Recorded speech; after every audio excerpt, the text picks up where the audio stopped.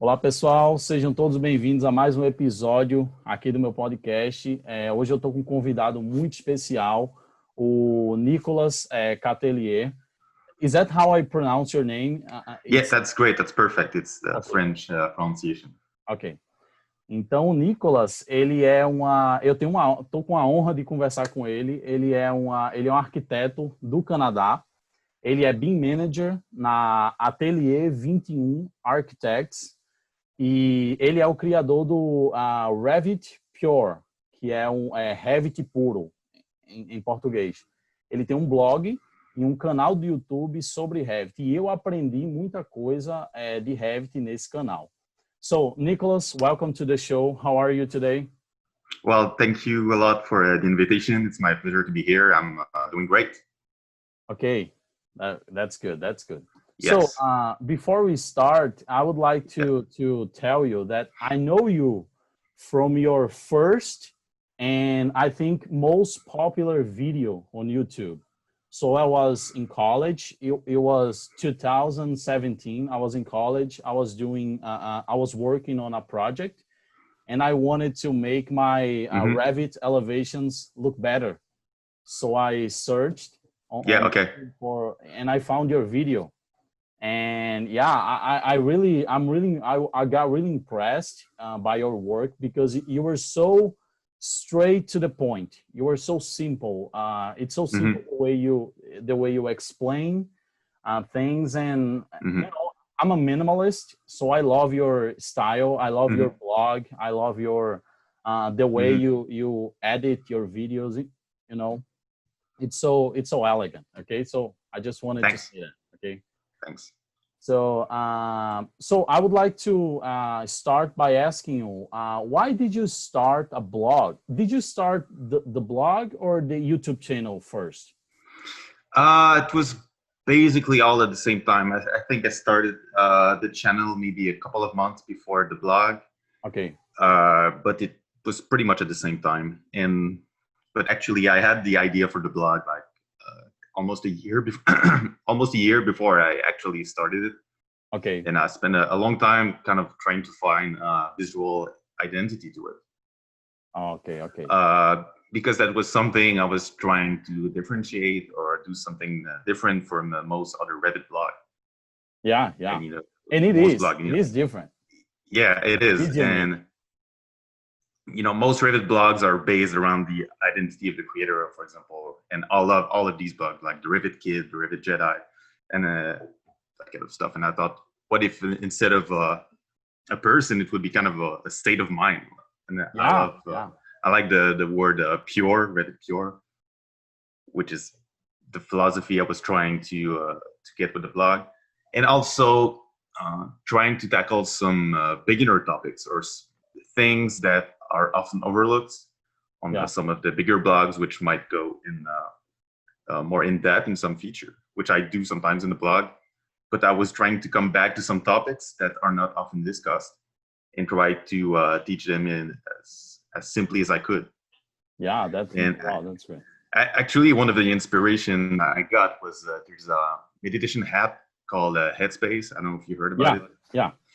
And like a few years ago, I went on that website, and I think their slogan is meditation made simple. At least at the time, that was it. And I thought, man, it would be cool if there was, content for Revit or for BIM that had the same philosophy. Yeah, it's the same way to do it. Like basically, they teach meditation, but without the jargon that can sometimes throw people off, like complicated language related to it. So I thought it would be amazing if somebody did something like that for Revit. And I thought, well, maybe I can be the one doing it. Yeah, and it was a great idea because, as I told you, your content stands out because it's so simple, it's so straight to the point, and everybody can understand. So I think it's a very good thing to do because the smartest thing is not to explain like something very complicated in a complicated way. Everybody can explain something complicated in a complicated way. Yes. But when you can take like a complicated subject and you can Mhm. make it simple. It's an art, man. It's great. Okay. Yeah, it's not easy to do for sure. Yeah. Yeah. So yeah. So tell me, how do you choose the topics of your YouTube videos? Like, do you do any? Do you ask questions to your audience? What do you do? Sometimes I would say there's a few inspiration. I would say sometimes I get it from projects I work on at the office. You know, because I'm splitting Yeah. my time between a full-time job as an architect and the manager, and on the Rivet Pure project. And on my work, sometimes I have a big challenge. For example, one of the popular posts I have on the blog is about coordinates. And Yeah. actually, I thought, like at that time when I was researching for that post, I thought I understood coordinates, but then I realized, oh my God, there's so much there. And I was trying to find a good post that was like explaining everything, but I couldn't find it. Like there was maybe a few interesting blog posts or little snippets here and there, but I said somebody needs to make a big post where everything's explained, you know, simply. Yeah. So often in the blog posts, it's I try to do something that I feel is missing on the internet. You know, if there's a topic that I feel is already well explained and there's already amazing YouTube videos, it might not be a topic that I choose. But like for coordinates, for example, there was really a lack of well explained tutorials on this topic. So that's often an inspiration.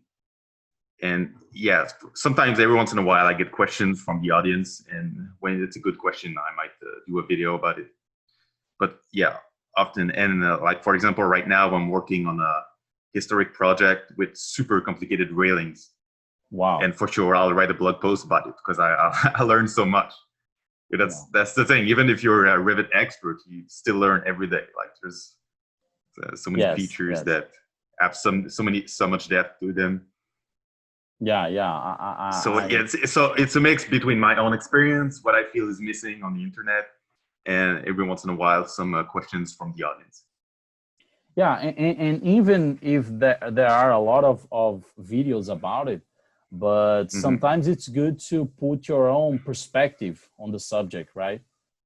So yeah, sure, yeah, I think it's important. So you mentioned your video about coordinate systems, right?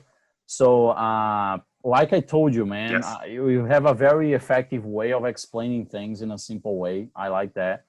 And I remember when I was trying to understand coordinate systems in Revit, like survey point, project base point, and I had seen other videos, but when I found yours, I already knew your channel. But when I found yours, it's so simple and it was very clear. So I think even if there are other videos, right? But your perspective is very important, man. And yeah, thanks. And it's good to know that you were taking your content from the battlefield, like you were working with Revit with projects every day as a BIM manager, right? And it's good. You're not just studying something to teach on the internet. You are taking that from your day-to-day work, right? Yeah, that's right, and that's important to me. And I work in a medium-sized firm, and so I'm a BIM manager, but it's not a big enough firm that I do kind of BIM managing full time. So I'm also kind of can do design every once in a while, and even being a project manager, doing some technical work. So I still get to do the things most architects do. And so that's pretty important to me and for the blog, so I don't get detached too much from the life of an architect, you know? Yeah. Because sometimes I feel like I love BIM consultants, but sometimes they have a way to teach or some solutions that they work in theory, but when you are actually working on a project, it might be too complicated or it's not good enough. So it's important to me to keep doing architecture projects. Yeah, and, I agree. You know, I've got offered to become a BIM consultant, for example, and it's tempting sometimes, Yeah. But I love doing actual projects. I know. So, and to me, like the blog is, and my content on Revit Pure is better because I'm working on actual projects and even doing some design, doing some renderings, doing everything an architect is doing. And I think the blog wouldn't have the same amount of success if what I'm teaching didn't come from real projects that I'm actually working on. Yeah. And I get, and a lot of inspiration from the projects I'm working on. Because I know if I face a real issue as an architect, like I know that other people will face the same issue. Yeah. Because if you're just a BIM consultant, you might kind of find yourself not inventing problems, but seeing problems in the way BIM consultant see them instead of the way an architect see it. At least, well, that's the perspective I'm trying to. Well, I agree with you. With all due respects to all the fantastic BIM consultants out there, right? Yeah. I think it's very important. And I mean, yeah, that's why our work can be successful in the world, because we can solve real problems, right? Mm-hmm. So yeah. I think it's a very good thing that you're saying. And I think every consultant should work before being a consultant, right? They need to get in the real world, like working on big projects, complex projects, in order for them to be able to help other people, right? Yeah, I think it can help for sure. I guess it depends on all BIM consultants. Some BIM consultant may be involved from beginning to an end on the project, so the experience might also be great for them. But I know for myself, being a architect as well as teaching BIM, it's a good synergy between the two, and it helps for sure. Yeah. So the other question that I have for you is, we know that Revit can be really overwhelming for new users, like a lot of things to learn. So how can you make, in your opinion, how can you make this process a little bit easier, simpler? How can you make that? Well, the way I teach to new users, I try to be careful with the words I use. I don't know if you heard the expression BIM washing. No, I don't know. It's kind of brainwashing, but BIM washing, it's trying using all this jargon, all the fancy words like IFC, 6D, 5D, which are not bad words by themselves, but for my experience talking, especially smaller firms, which might not have like a big budget, or somebody who does BIM full time, I know from experience they might be hiring some consultants to help them transition to BIM. And the consultants are like, okay, you're doing BIM, you got to learn about 5D, and you have a crazy BIM execution plan and all that stuff. And these people are still working on AutoCAD. So the first thing is, don't scare people. Yeah. And I've helped a few firms transition. And to me, it's big and simple. Begin with baby steps, if I can say. It's like, I might not even avoid talking about BIM altogether. I might just say, okay, you're using CAD, just using Revit and having proper modeling techniques, even if you're not doing BIM per se, it's already a great step. And then your first project, just have a well-modeled projects with decent standards. It don't have to be perfect standards.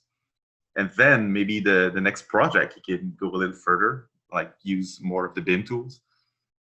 And then the next after that, we'll work together and we can push and start using more scheduling and refining the processes. But at first, don't scare the CAD users, because the biggest challenge with BIM for me, it's sometimes psychological.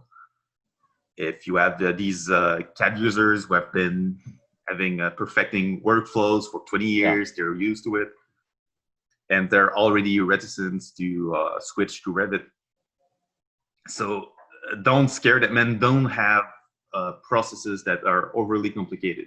That's what I learned, transitioning. my own firm. It starts simple at first. Yeah. And the way we do it at the office, like maybe every couple of months, I'll look at the template. Okay, now I feel that users are ready for the next step. We're gonna make this a little more fancy. And because if it like every users at my office, for example, at my skill level or high BIM skill level, we could have like crazy standards and super sophisticated. But I know that a lot of users are not at that level yet. So I try to make their life a little more simple. So you have to judge the level of your users, and build the standards accordingly. And at first, like I said, avoid BIM washing terms. Keep it simple. Yeah. Well, it's great, man, and it's great to have that feeling. Like as a BIM manager, you need to have that feeling, like you said, you need to understand the level of the users, and it's not gonna work if you put like a really complicated process, and people can do the job. They don't understand the process, so it's doesn't work, right? Yes, that's exactly right. I found something else that can help is to have what can say a BIM champion or Revit power user. Yeah. So if there's a small firm, I would say try to recruit somebody. Often it might somebody that is just out of college or with some little Revit experience. But that's the way I learned Revit. 10 years ago, I was working at the firms that was one of the first firm in Montreal that was using Revit and BIM. And I was sitting next to an amazing Revit power users, and I asked him question every 10 minutes. Like, hi, how do you do it? And that for a year, that's how I became good at Revit. It's thanks to that users. So if you're working on a smaller firm and you're looking to upgrade to Revit, like having such users, if you can find them, it's great. That's good, because if you have working in an office where nobody have Revit experience, or maybe they just got their training, it's going to be challenging. And to rely strictly on BIM consultant, well, it's going to be expensive. Yeah. So I think every office should have, when they're starting out, some kind of a Revit power user, I think, or at least somebody that's have some time that is crazy enough, like the kind of person that checks video tutorials at night. Yeah. And then that kind of curious person that is excited about BIM and about Revit. Well, I was that person in the office that I worked on. Yeah. Like I was working in a company, and we were like modeling families for doing big and complex facade projects like curtain walls and windows and doors. But we wanted to extract all the information about the doors, the windows, like the size, like the profiles, everything. So it was very hard, and I was that guy who was every day searching on YouTube about tutorials, how to make that, how to model that, and it works because it gives you a lot of knowledge to do the things, and you don't really need to hire a consultant, and it's expensive, and sometimes the solution is easier than you think. You just have to Google it. You just have to go on YouTube, right? So I have can say.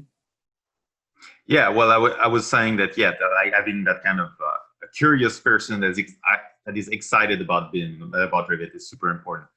Because I don't know if that's something that you face at the office. There's some people that would be excited about Revit, but some people that are turned off, they hate it. Yeah, they hate it. They use it anyway, but they're not the kind of people that will search for Revit solution at night, on YouTube. They're kind of doing the bare minimum, and they're a little grumpy about it. Yes. At least that's what I face at the office. Like, I've been using CAD for 20 years, and now there's this complicated program. I don't understand it. I hate it. Yeah, well, But it's with patience and with teaching, you can solve that. Yes, yes. I had the same problem like a couple of years ago. Like there were some people in the office, they didn't want to use Revit for what they were doing in CAD and using other softwares, not BIM softwares. So they complained a lot about, okay, this is boring. I hate this software. It's so complicated. Because when you like, if you've been using CAD for like 10 years and you start using Revit, it's gonna take more time in Revit at first, right? Yeah. So people don't understand sure, that it's a process. You have to start again. You have to learn how to do the things again, and then you're gonna get faster, right? Yes, that's exactly right. Yeah, maybe you saw that little curve with CAD. It's kind of a linear process. Yeah. The preliminary phase and the execution plan is more or less the same time. With Revit, it's a lot more time at the beginning to build the model, but then doing the execution plan, it's less time because everything you just have to create views and annotate them basically. Yeah. But some people, it's kind of hard to understand at first. Yeah. And also, again, back to what I was saying about BIM washing. I actually find that we always talk about 3D and BIM, which is amazing, but like for Revit, so things that are not often discussed is just drafting views. You can actually draft 2D details. Yes. And it's possible and it's easy to use and it's not a big deal. It's okay. It's for some users to like, well, I want to draft this detail, but I don't have time to model 3D and it's impossible. So I'm going back to CAD. I said, no, actually, there's some great 2D tools and you have great detailed component families. But it's not the kind of thing that is sexy to talk about, for big consultants. Everything is focused on 3D and BIM. But it solves a lot of problems, man.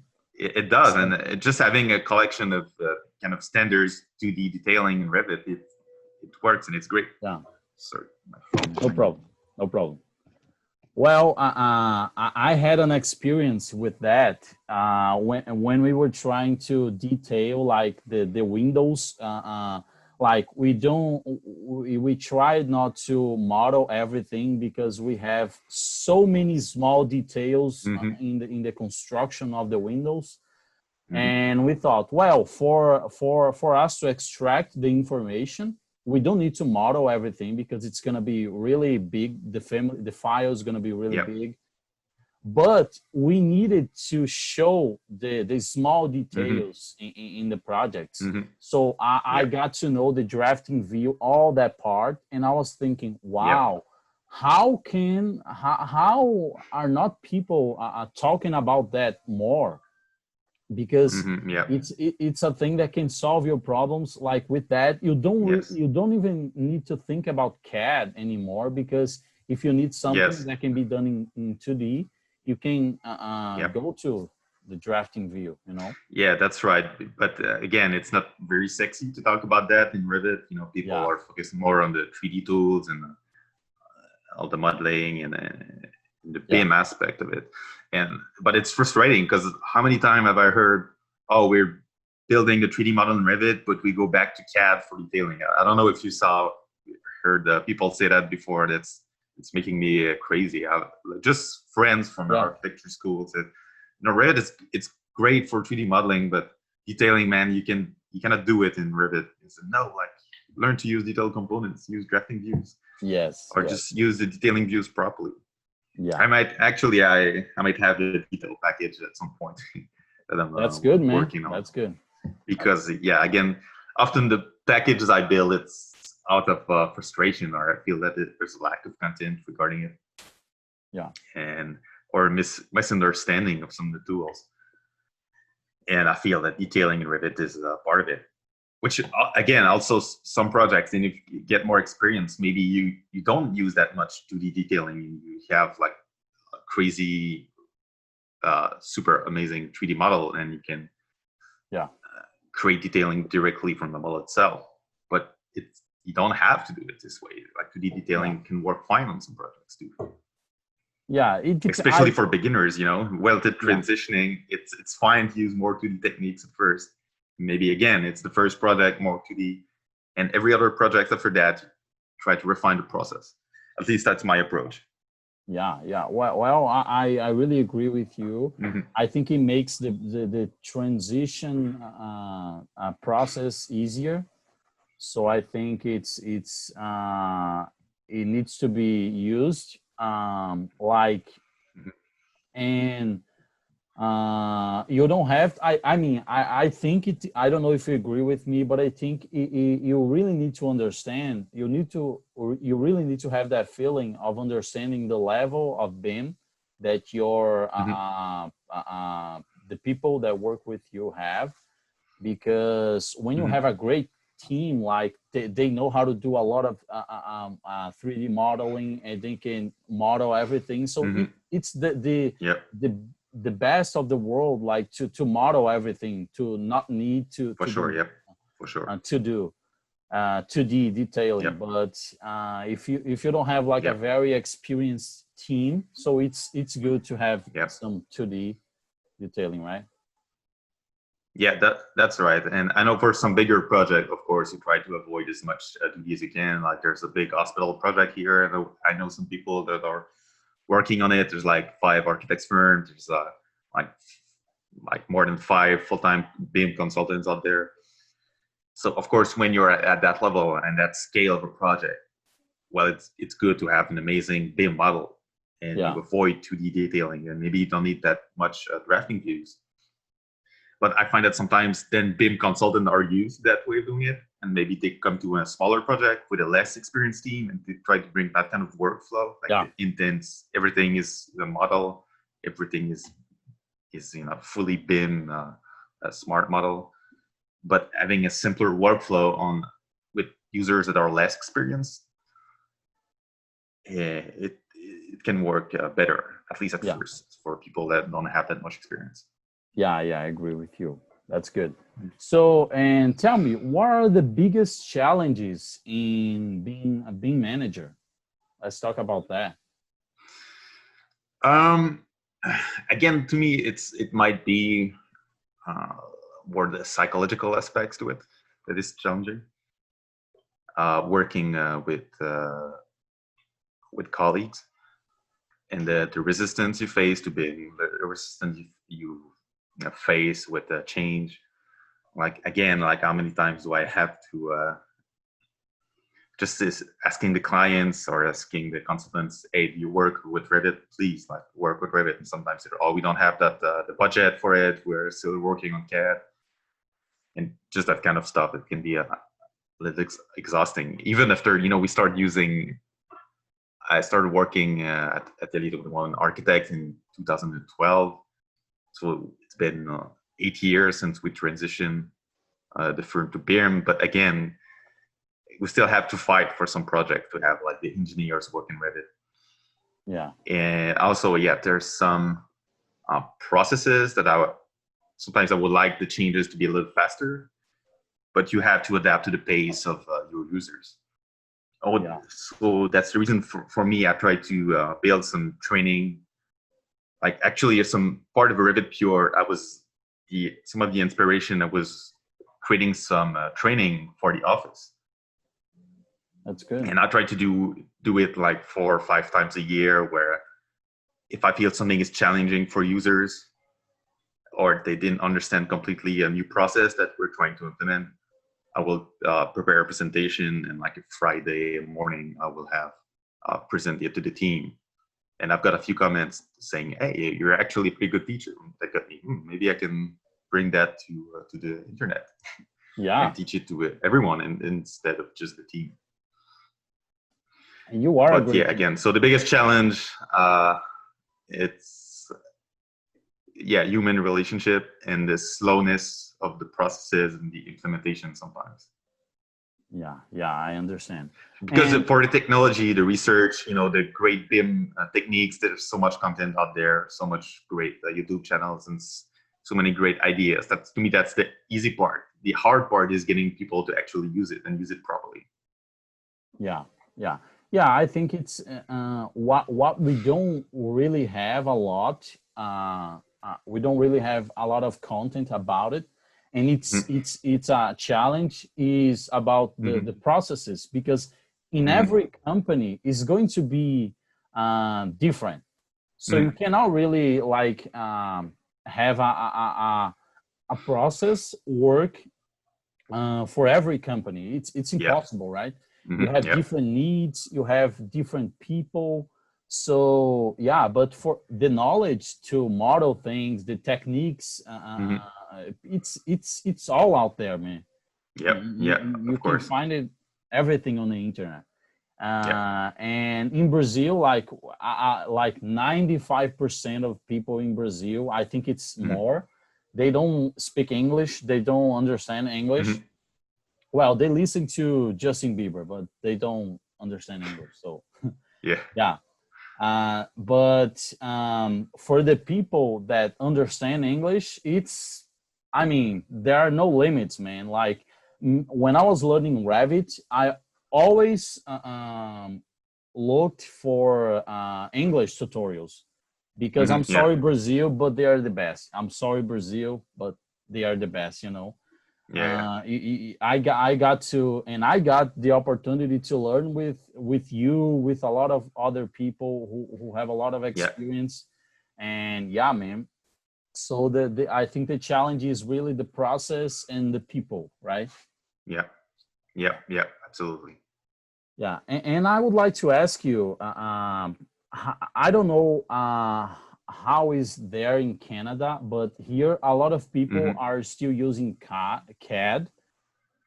Yes. And I don't know Yes. the percentage of like if it's 80% of firms who are still in CAD, but a lot of them, I think most of them are in CAD. So Hmm. how is that Yeah. like in Canada? Is that the same situation? Um, I don't know what the percentage is. I would say most all big firms here are using Revit now. Okay. But I would say it's mostly the smaller firms, especially maybe if they're doing residential works and smaller projects. I'd say like firms with less than 10 people. A Yeah. lot of them, I don't know if it's most of them, but yeah, a big percentage of them are still using AutoCAD. And that's for architecture at least. And for engineering, it's starting to come around, but man, it's been slow. Especially, I would say, mechanical engineering. Structural have been a little faster, but mechanical engineering, it's Yeah. a challenge. It's a challenge to find good firms that are good with using Revit. It's really hard to find. I Yeah. still hear some plumbing teams. Oh, it's impossible to model slope using plumbing, that kind of stuff. No, that's not true. Or they say, oh, we don't use Revit. Or we would charge an extra because it's longer to create and it's much faster and easier with CAD. But I mean, yeah, the client has to understand that it will cause more coordination problems and more issues. So it's so much better if everyone is using Revit. Like Yeah. for example, we had a big hotel project here, and the architects and the structural engineer, we were both using Revit, and we didn't have like any issue with coordination whatsoever on the field on construction. But with the mechanical engineers, it was much more challenging. They were still using CAD, and there was much more issues, things that were not in the right place, or Yeah. so. Yeah, it's still a challenge. It's slowly getting there, but I wish it was faster. Yeah. And what do you think is like stopping them from like the small firms who are not still using Revit? Let's talk about the architectural, but Hmm. you know it applies to every type of firm. Hmm. But do you think it's Well, the financial? yes, yeah, yeah. The financial, the cost of training, and often they're busy and they don't have, like when you're starting. I think you need someone for a while that is maybe not full time on doing the transition, but at least spending a lot of time, Yeah, maybe with the help of a consultant. But still, you need someone at the house on the team itself that will help with the transition. So yes, it's expensive. You need training, and let's be honest, Autodesk is charging big price. And you have Revit LT. That's some user can use, but it's not the same, right? Yeah. I mean, if it doesn't work with plugins, and when you have amazing plugins like Enscape, for example, yes, that especially for these smaller firms, if they're doing residential works, it's so great to have such a plugin. So for sure, the financial aspects is not helping, or maybe they start using it, but they have a lack of time, they have too much projects, and they don't or they have a bad experience with it. Because again, maybe some consultant teach them, oh, you have to model everything, and they start talking about 5D, and the small firms like, what is that? I don't need it. I just want to make drawings. Yeah. But the BIM consultant insists on like having this crazy model, even if it's the first project they're doing. So that's something I heard from a lot of smaller firms. While the difference, if you have a bigger firm, if we have 50 people, well, it's easy to pay someone, a couple of people full time to help with the transition or have in-house training, that kind of stuff. It's much easier. And with the big firms might have like some public projects or that have requirements to have Revit anyway. Yeah. So they don't have the choice, these bigger firms. But again, as thing will slowly get there. But then who knows if, I don't know if 10 years, is it still going to be Revit? Is it going to be something else? Like technology is changing so fast. That's another challenge too, right? Yeah. And I think that the financial thing about Revit is something that I don't know what's gonna be like, man, in 5 years, in 10 years, because it's really expensive, especially for people who are just starting. And I don't know. I mean, like we have other solutions. I don't know if ArchiCAD is cheaper. I don't know. I don't think it's big difference. I don't think there's big difference. I'm not sure. But I know some people are using ArchiCAD here in Quebec. I think mostly because it's compatible with Mac, with Apple. Okay. Yeah, but it's a challenge. I often like the firms that started with ArchiCAD they end up using Revit at some point, because like technically you can use IFC files, but it's not the same, right? But I think ArchiCAD is a solid product. Yeah, but it is. Still, there's kind of a monopoly with Revit. Yeah, and ArchiCAD is getting better. Like a lot of architects here in Brazil are starting to use, and they think it's easier to get into ArchiCAD than to Revit. Yeah, sure. But yeah, the financial thing, I don't know how it's gonna be, because when you do the math, it's really hard, man. It's really hard to like, even when you have like a company with 10 people, 15 people, like imagine having to pay the license. It's a big challenge, you know. Yeah. So I have the last question for you. I think it's a very interesting question, and it's a lot about what we already discussed. But what's your advice for people who are transitioning from CAD to Revit? What do you say to those people? I will say you need to be invested in it. You need to like it. You need to enjoy the process.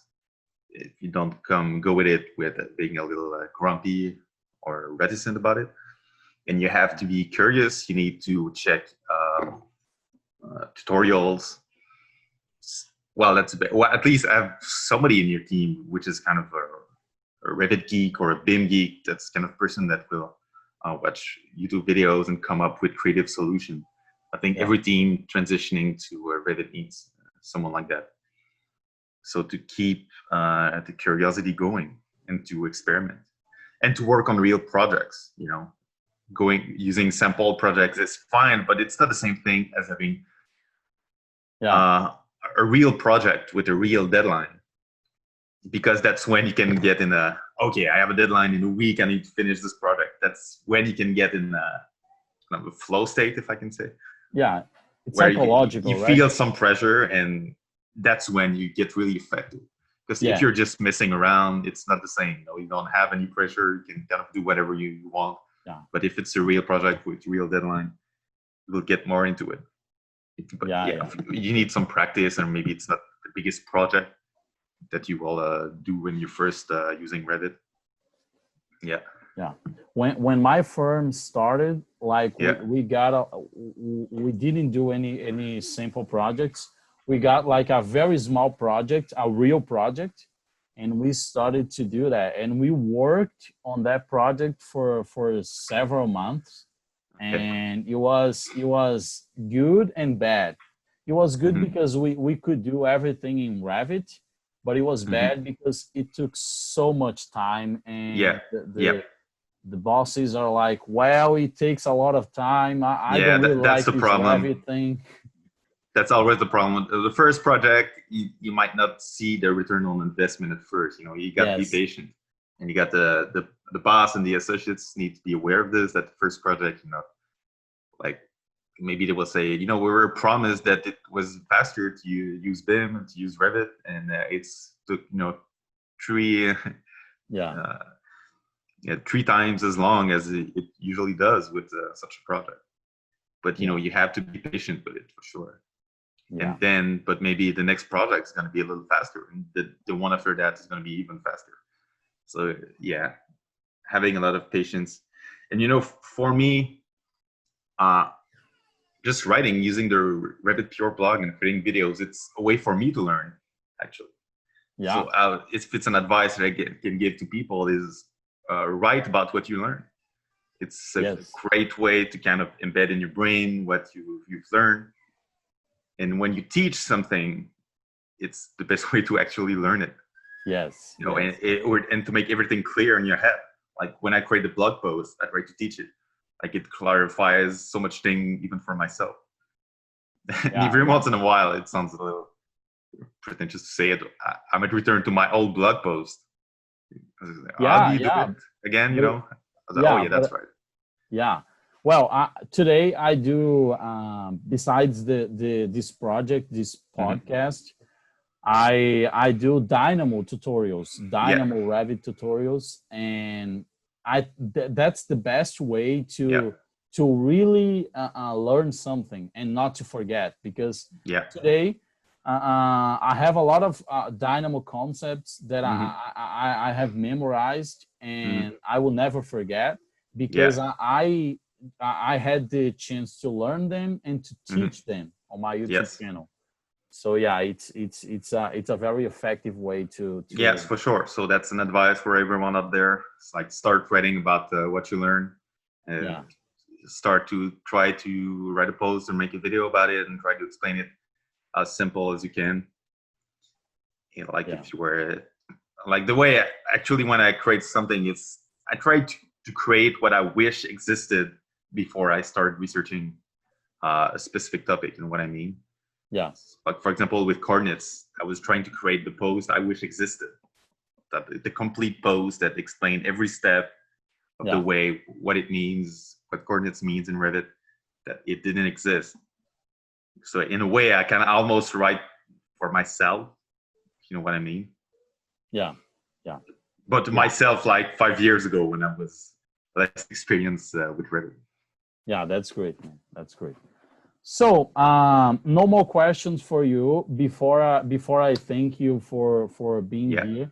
I would yeah. like to open this space right now for you to tell everybody what you're doing. Please, I know you have a template Yeah. that you sell in your blog, Mm-hmm. Mm-hmm. and I'm gonna put all of your links in the description. So if you're listening to this podcast on Spotify, Mm-hmm. go to YouTube. That I'm going to put in the description your channel, your Mm-hmm. LinkedIn, or do you have Instagram or I do have an account. I haven't posted anything yet, but I okay, do have the account created. So I'm more active on Facebook, okay, okay, facebook.com/RevitPure. On okay, Twitter also. I might okay. start So posting at some point on Instagram. I also have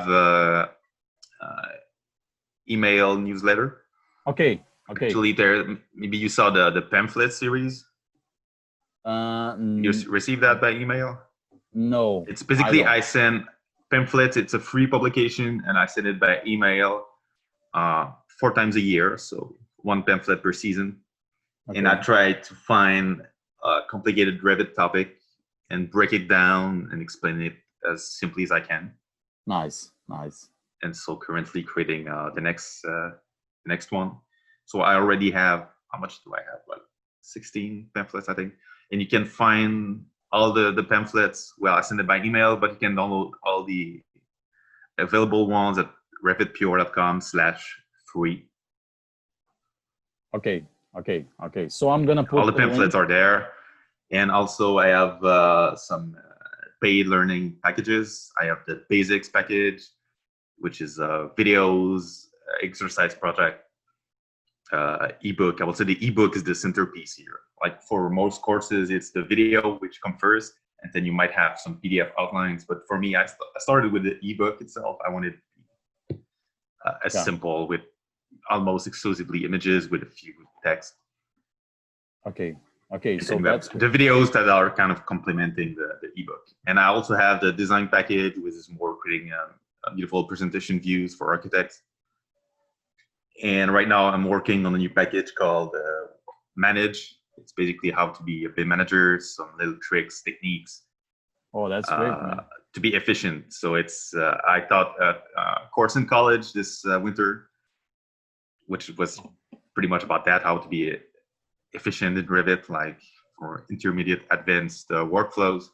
So I'm trying to translate what I taught in that course to a full package, but it's a lot of work. It's yeah, so a little busy. Great. I have 2 daughters here, so trying to find the time to build all of that is a challenge sometimes. Yeah. So like I told you, I'm gonna put all of your links in the description. And Nicholas, I would like to thank you so much. Well, thank you so much for the invitation. It's great being here. Well, it was a pleasure. It was a pleasure talking to you. Yeah. I started this idea, like I interview a lot of Brazilian professionals.